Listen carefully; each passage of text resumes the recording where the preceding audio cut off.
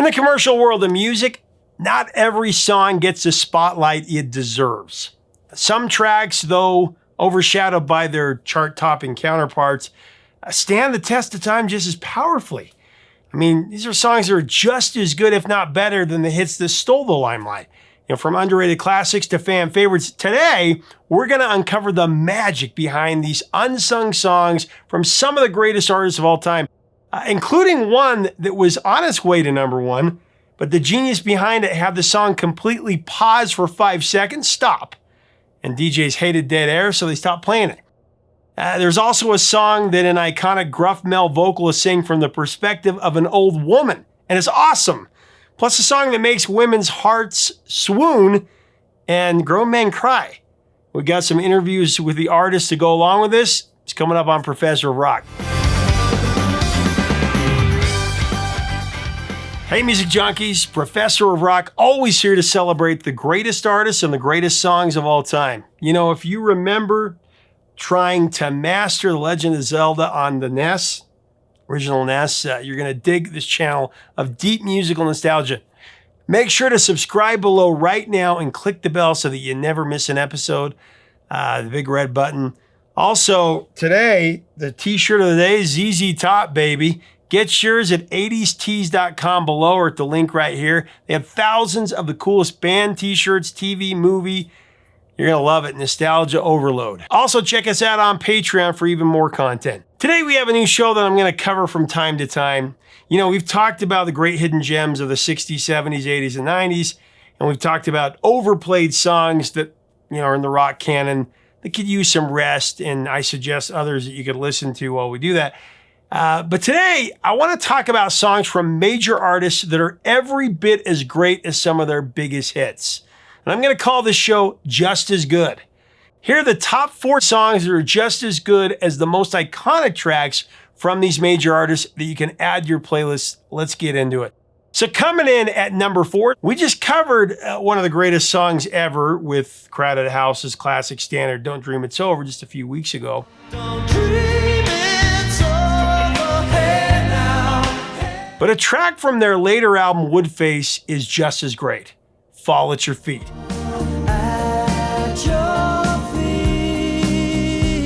Such a stunningly beautiful and heartwarming song. It's hard to believe Neil Finn wasn't joking when he revealed the first verse he wrote for it. Fly away, little bird, fly as fast as you can. Don't get in the way of this approaching man because he's insane. But those were the words that began an exercise in lyrical Tetris for Neil. Eventually, he put the pieces together that formed the gorgeous chorus. And whenever I fall at your feet, you let your tears rain down on me whenever I touch your slow turn in pain.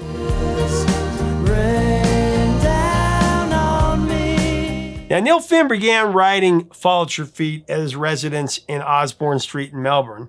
It was one of the songs that was initially meant for an album that Neil was going to make with his older brother Tim, as the Finn brothers. But once the sessions wrapped, Neil Finn reunited with Nick Seymour and Paul Hester to start work on Crowded House's third record, Woodface. However, Capitol Records wasn't sold on most of the new material. So faced with this hurdle, Neil turned to his brother Tim and asked if the band could use some of the Finn brothers' songs. Well, Tim agreed, but he had a caveat that he would have to join the band. Though he later claimed he was kind of joking, the result was clear. When Crowded House returned to the studio, Tim was officially part of the lineup, even though he wouldn't remain there for too long. Your slow turn in pain. Oh, this song is so grandiose. The verses for Fall at Your Feet, those proved to be a stubborn challenge, even during the recording sessions. I mean, at one point, Crowded House producer Mitchell Froome was ready to suggest that they just scrap the song entirely. So glad they didn't. But then the chorus came in, a moment of sheer rapture that stopped Mitchell Froome dead in his tracks. Said it was so beautiful. The lyric, the melody, the chords, it was all there. But the rest of the song just didn't measure up to that brilliance. Struck by the power of the chorus, Mitchell called Neil Finn and declared, "This might be the best thing you've ever written." And I tend to agree.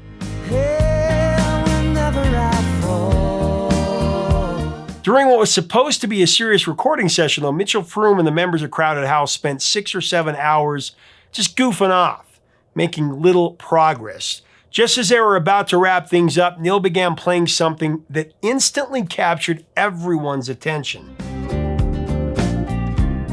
I'm really close tonight. He was just kind of messing around, and Mitchell was curious. He's like, "What's that you're playing?" And Neil just casually said, "Oh, it's just something I wrote when I was 17. I've never finished it." Mitchell began mulling it over and asked Neil if there was a way to pair those lyrics with the chorus of Fall at Your Feet. At your feet. The verse had exactly the right feel to complement the chorus. So he said that we kept the arrangement as simple as possible. Neil held on to some of the lyrics from the song he'd written as a 17-year-old and then on the spot crafted that beautiful bridge. Finger of blame has turned upon itself. The whole song came together in a single day. So Tim was in the studio next door, and then he popped in and he jumped right in to sing the high part on that bridge. He just belted it out, and it was one of those incredible wow moments that left everyone in awe. Rain down on me. Now, speaking of the bridge, one of the best of all time. When Neil and Tim sing, "The finger of blame is turned upon itself, and I'm more than willing to offer myself. Do you want my presence or need my help? Who knows where that might lead? I fall."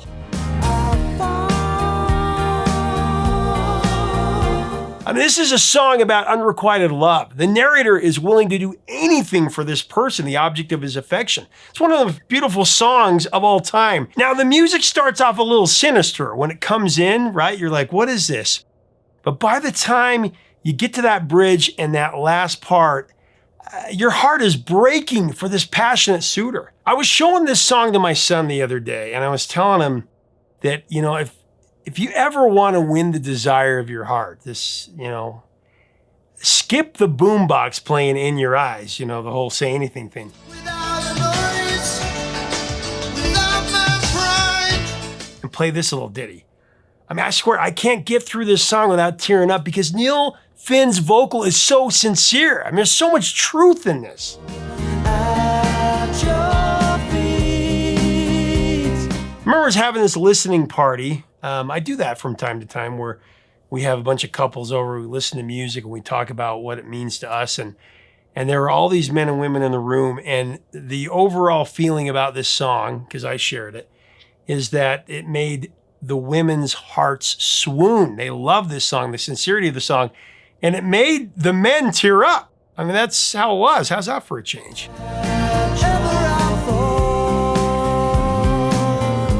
And amazingly, Fall at Your Feet, I think it might be Crowded House's best song. It ended up being a hit that really wasn't a hit. It was essentially a mid-charter, as they say. Single did rise to number 7 in the Netherlands, but that was the country where it's found its biggest success. Actually stalled at number 31 in Australia and went to number 24 in Neil's homeland of New Zealand. The song was a little more popular in the UK, went to number 17, but here in America, it got lost in the outer reaches of the Billboard Hot 100. It only peaked at number 75. Perhaps the high point for Neil and Crowded House took place at the APRA Music Awards of '93 when Fall at Your Feet won the honor for most performed Australian work overseas. Here's what Neil told me about it. We just had a lot of fun. Tim and I got together for the first time and wrote songs. This time he joined your band, you know? Well, he hadn't at that point. We were just writing songs for a potential Finn Brothers record. And we hadn't really written together in any meaningful way up till then, but we just hit a really rich vein. I was waiting for the birth of my second son, Elroy, and I was going off to work with Tim. And it's a really good time when you're waiting. You know, when there's a baby about to come, there's something that's really nice, and their sense of anticipation is a really, you know, productive. I mean, I say that as a man. I'm not sure that at the time it would have been a productive time for Sharon to write songs, but it was great for me, and we really hit a great thing. All right, coming in at number 3, The Little Girl I Once Knew by the Beach Boys. Man, this song is really just as good as California Girls or Good Vibrations, but in a different way.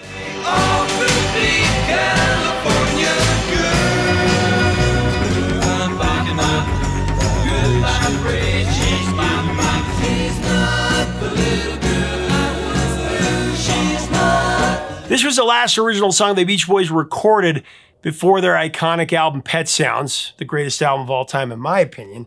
And it certainly led to that frame of mind. Although it wasn't included on any standard Beach Boys albums, it's appeared on several anthologies. The song is particularly known for its innovative use of 2 dramatic silences, each lasting nearly 5 seconds.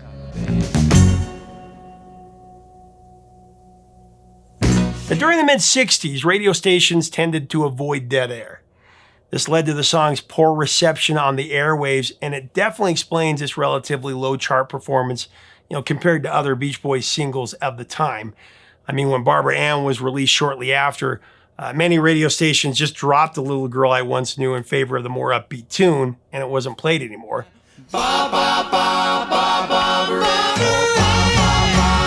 It seems like every song from Pet Sounds, or any song created by Brian Wilson around this time, left the band members, and especially the label executives, scratching their heads. Like, why aren't you doing more surfing car songs, This was recorded in October of '65. The Little Girl I Once Knew was heard as an avant pop track with unconventional sudden pauses in the music where the arrangement transitions from rich orchestration to complete silence for several bars. They were the first to really do this. I mean, the song comes to a complete standstill.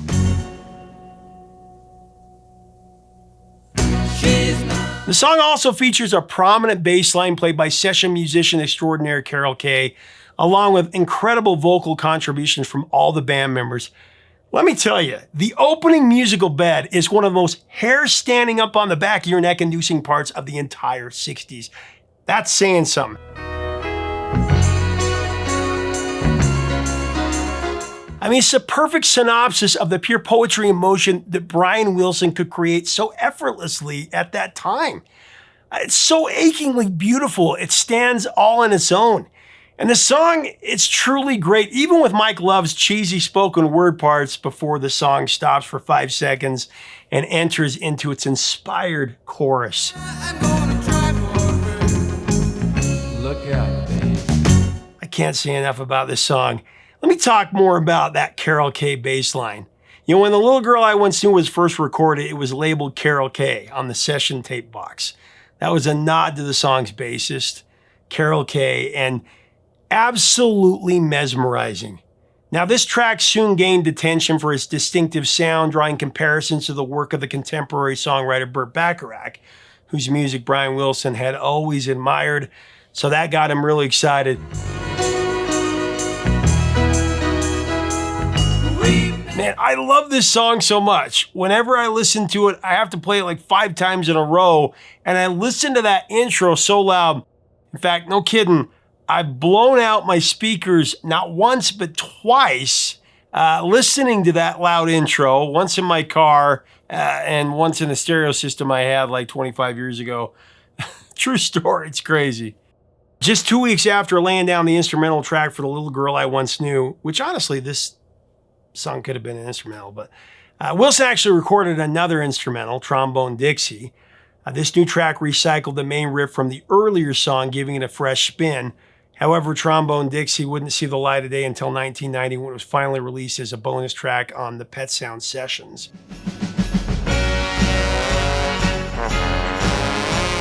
Despite receiving a glowing endorsement from John Lennon, the single only managed to peak at number 20 on the US Billboard charts, making it the Beach Boys' lowest charting A-side single since 1963. Like I said before, the song's brief seconds of silence ruined its ascent to the top of the charts, and I'll tell you, I think it would have been a number 1 hit. It's my understanding that the song's underwhelming commercial performance likely played a role in Brian Wilson's decision to leave it off of Pet Sounds. There's a rumor that it was going to go on.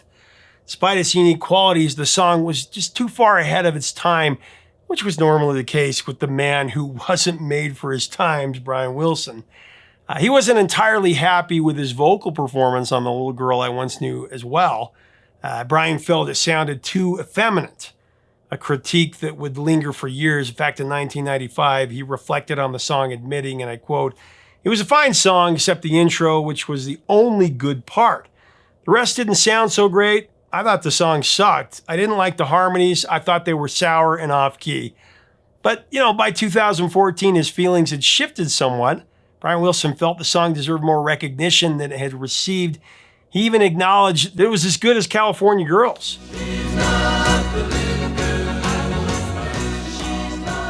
He became more forgiving on his own performance as well, calling his vocals really spectacularly great, and proudly declared, "There's no way the Beach Boys could sound any better than on The Little Girl I Once Knew."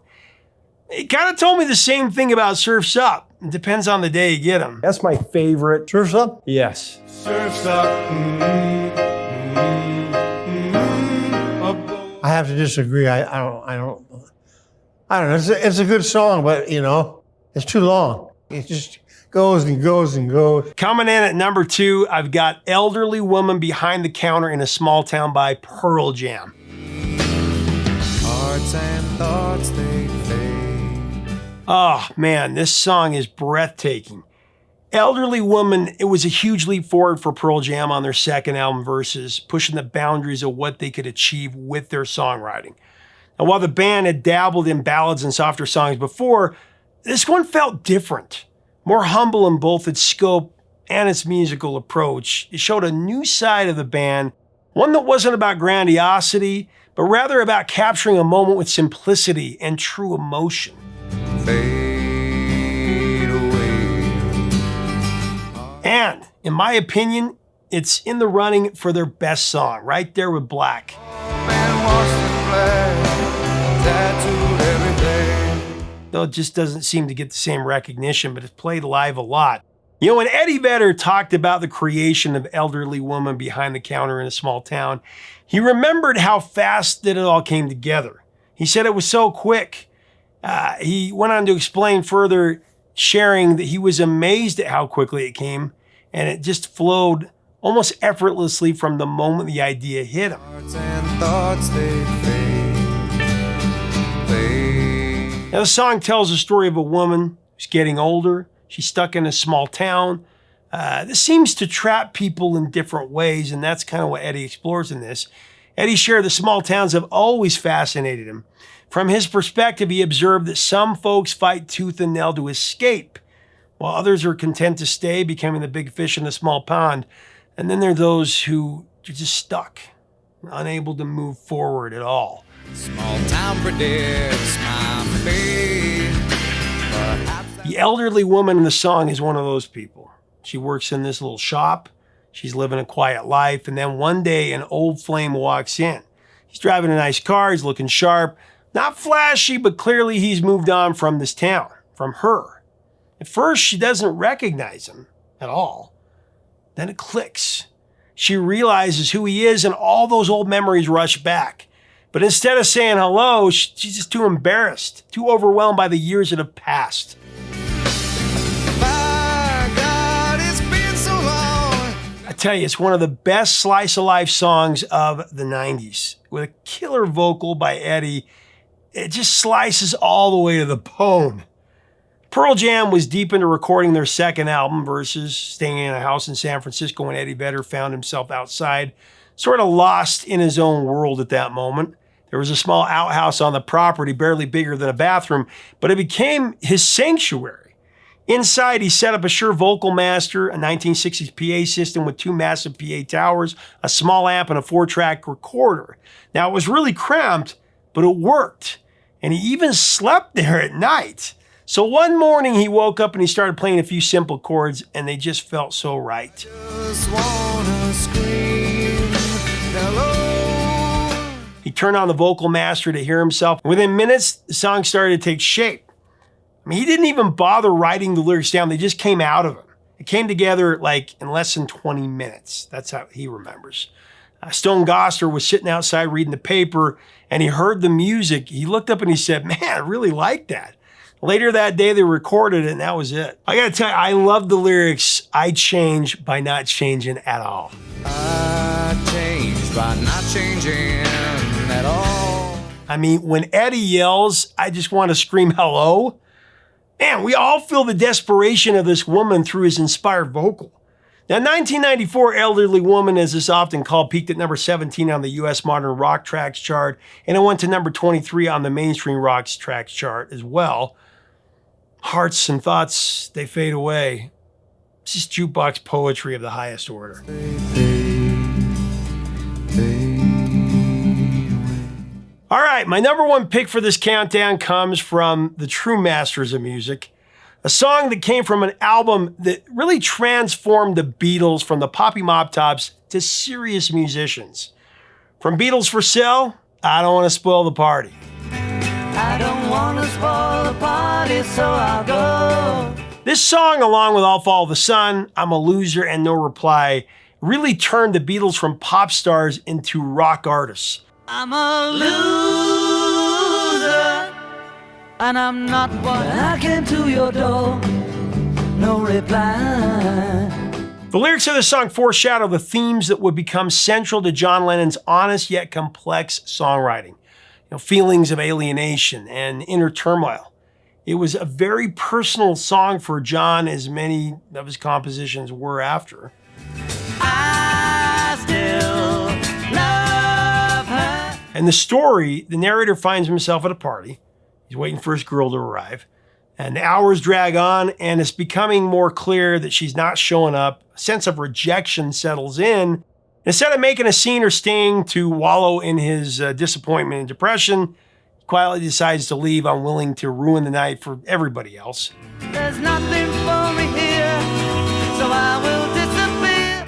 This song carries a really melancholy tone, both in its lyrics and its melody, echoing the same bittersweet emotions found in Lennon's earlier tracks on Beatles for Sale. Like I said, No Reply and I'm a Loser. I mean, this was Lennon upping his lyrics game after a comment from Bob Dylan. And this song is one of the precursors to Rubber Soul and to Revolver. Truly an evolution for the Beatles. Love her. If I find her, I'll be glad. I Don't Want to Spoil the Party perfectly captures the feeling of heartbreak, while surrounded by people who are having a great time. John Lennon, he's the narrator, and he's overwhelmed by his own pain. He decides to quietly exit rather than ruin everybody else's fun. As he puts it, I don't want to spoil the party, so I'll go. I would hate my disappointment to show. And this is a moment of self-awareness, choosing to leave before his sadness becomes obvious. He doesn't want to wallow in it in front of everybody else and make a scene. I would hate my disappointment to show. But in the second verse, he confesses that he tried to get into the party mood, but it's not happening. I've had a drink or two and I don't care. There's no fun in what I do if she's not there. It is clear that he's not really into this crowd. He's just hoping for one person to show up. He even says, if she turns up while I'm gone, please let me know. Showing that it's really just her that he's waiting for. That's all he cares about.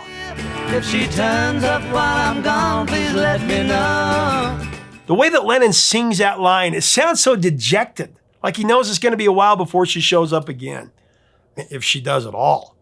What's wild is that when they wrote and released the song, the Beatles were about as famous as anyone could ever get. It's pretty surprising to hear him sounding so out of place and I Don't Want to Spoil the Party.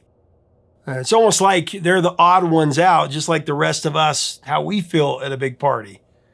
Feel alone in a crowd of people. If she turns up while I'm gone, please let me know. I mean, Lennon just opened it right up and let it all out right here. It's one of the Beatles tunes that John and Paul truly collaborated on. I guess Paul said he wrote about 20% of it. And man, George Harrison has that cool Chet Atkins-inspired guitar solo. And man, John and Paul's vocal harmonies, perfection. It's like a melancholy country western Sinatra-style saloon song by the way of the Beatles, the Fab Four. Though tonight she's made me sad. So a fun note about this song that some of you in the community may not know, Johnny Cash's daughter Roseanne Cash had a #1 hit with her cover of I Don't Want to Spoil the Party. Her version hit the top of the country charts in Canada and the US in 1989. Really cool version of it. I don't want to spoil the party, so I'll go. And I can't say enough about this song. It really is. It is melancholy Beatles, and there's no better Beatles than melancholy Beatles. But I think I'll take a walk and look for her. So those are the four. What do you think about them? Do you think I picked the right ones? Seriously, go listen to these 4 songs, and if I'm wrong, let me know, but I don't think I'm wrong. These are incredible songs. Let me know in the comments below, what are 4 other songs people should be listening to? What are your memories of the song, and what are your thoughts? Let's have a great discussion. Make sure to get the t-shirt of the day, ZZ Top. Till next time, 3 chords and the truth, my friends.